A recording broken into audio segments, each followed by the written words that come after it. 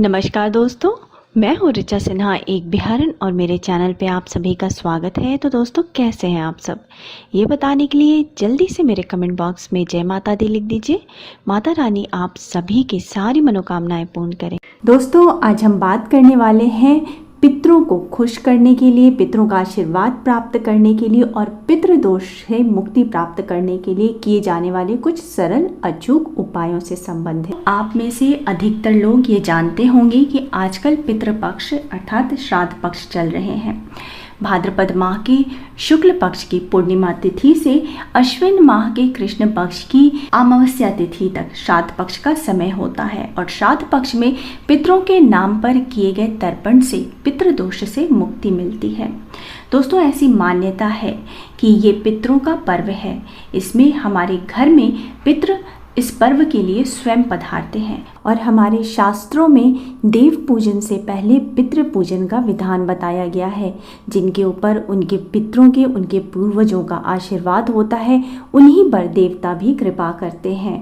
और अगर पूर्वजों का आशीर्वाद नहीं होता तो मनुष्य की कुंडली में पितृ दोष बनता है, जिसके कारण मनुष्य को कई प्रकार के कष्टों का सामना करना पड़ता है। पितृदोष कुंडली में कष्टदायक दोषों में से एक माना जाता है। घर में हमेशा पैसों की तंगी बनी रहती है, धन का आगमन नहीं होता, धन की हानि होती है। परिवार में कोई ना कोई सदस्य हमेशा बीमार रहता है, संतान उत्पत्ति में जो है कठिनाइयाँ आती हैं। साथ ही अगर संतान हो तो वो भी सही मार्ग पे नहीं जाती, उसके भविष्य को लेकर चिंता बनी रहती है। इस प्रकार से कई परेशानियां परिवार में बनी रहती हैं। तो पितृदोष के मुक्ति के लिए श्राद्ध पक्ष का समय सबसे अच्छा समय माना जाता है।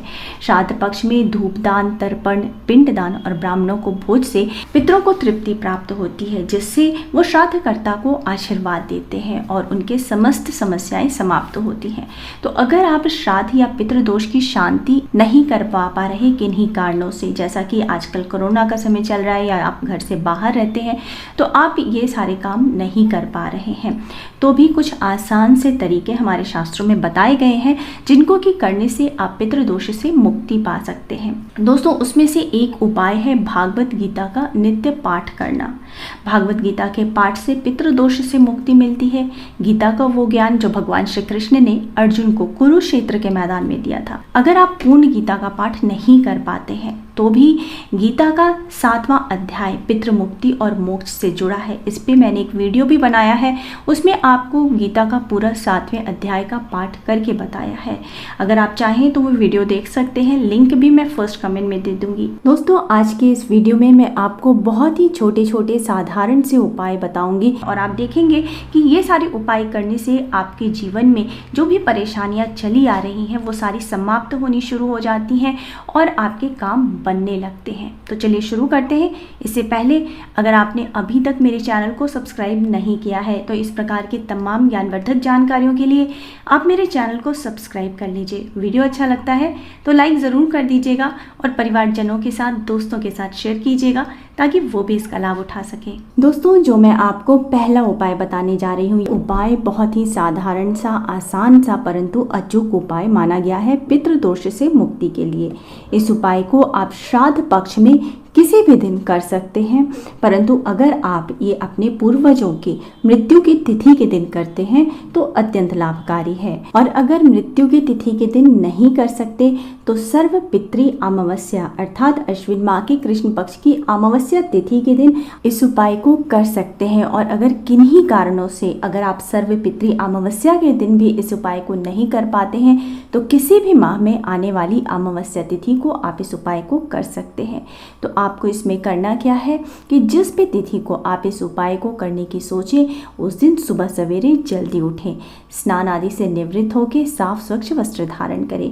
इस उपाय को आपको पूरी श्रद्धा, भक्ति भावना से और शुद्धता पूर्वक करना है। अब दोस्तों, स्नान के पश्चात आप अपने रसोई घर की, किचन की भी अच्छे से सफाई कर लें, गैस की सफाई कर लें, सारे बर्तनों को शुद्धता पूर्वक साफ करके उस पर गंगा जल का छिड़काव कर लें। अब आपको थोड़ा सा आटा लगाना है। आटा गूंद लें और इस आटे की एक बड़ी सी रोटी बनाएं। रोटी इतनी बड़ी होनी चाहिए कि इस रोटी के 4 बड़े टुकड़े हो सके। इस प्रकार से रोटी बनाने के पश्चात उस रोटी के आपको 4 टुकड़े कर लेने हैं। चारों टुकड़ों पर कुछ मीठा रखें। गुड़ रख सकते हैं, गुड़ नहीं तो शक्कर या चीनी रख सकते। हलवा या खीर रखें तो बहुत ही अच्छा है, क्योंकि पितृपक्ष में पितरों को प्रसन्न करने के लिए खीर का ही भोग लगाया जाता है। अब अपने घर के दक्षिण दिशा में एक चौकी पर पितरों की फोटो हो तो उसको स्थापित करें। अगर फोटो ना भी हो तो पितरों का नाम लेते हुए वहाँ पर इन रोटियों को, जो आपने 4 टुकड़े किए हैं, अपने पितरों का नाम लेते हुए, उनका आवाहन करते हुए उनको भोग लगाने की उनसे प्रार्थना करें।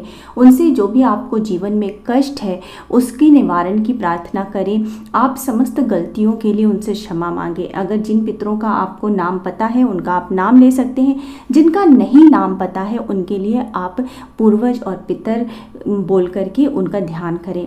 इस प्रकार से करने के पश्चात अब आपको इन रोटी के टुकड़ों में से एक टुकड़ा आपको गाय को खिला देना है और उसके बाद अपनी समस्या गाय के सामने हाथ जोड़ के कहनी है और उनसे प्रार्थना करनी है। दूसरा टुकड़ा आपको कुत्ते को खिला देना है।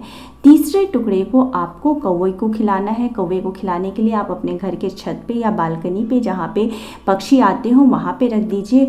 और जो अंतिम टुकड़ा है वो आप किसी भिक्षुक को दे दीजिए, भिखारी को दे दीजिए, या आप इस टुकड़े को किसी पीपल के पेड़ के नीचे अपने पूर्वजों का नाम लेते हुए रख दीजिए, या फिर आप मंदिर की चौखट पे भी इस टुकड़े को रख सकते हैं। इस उपाय को करने से जीवन में पितृदोष के कारण जो भी समस्याएं उत्पन्न हो रही हैं उनका निवारण होता है, पितरों का आशीर्वाद प्राप्त होता है, घर में सुख समृद्धि की वृद्धि होती है।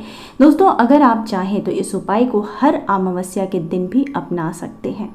साथ ही दोस्तों, रोज जब आप पूजा करते हैं तो आपको अपने इष्ट देवता को, कुल देवता को और पितरों को जरूर याद करना चाहिए, उन्हें प्रणाम करना चाहिए और उनसे आशीर्वाद लेना चाहिए। इसके बाद दोस्तों एक और उपाय, इस उपाय में आपको क्या करना है कि आपके घर के आसपास या घर के पास कोई मंदिर हो, वहाँ कोई पीपल का वृक्ष हो, वहाँ पे आपको दोपहर के समय, मध्याह्न काल में आपको अपने पूर्वजों के निमित्त जल अर्पित करना है।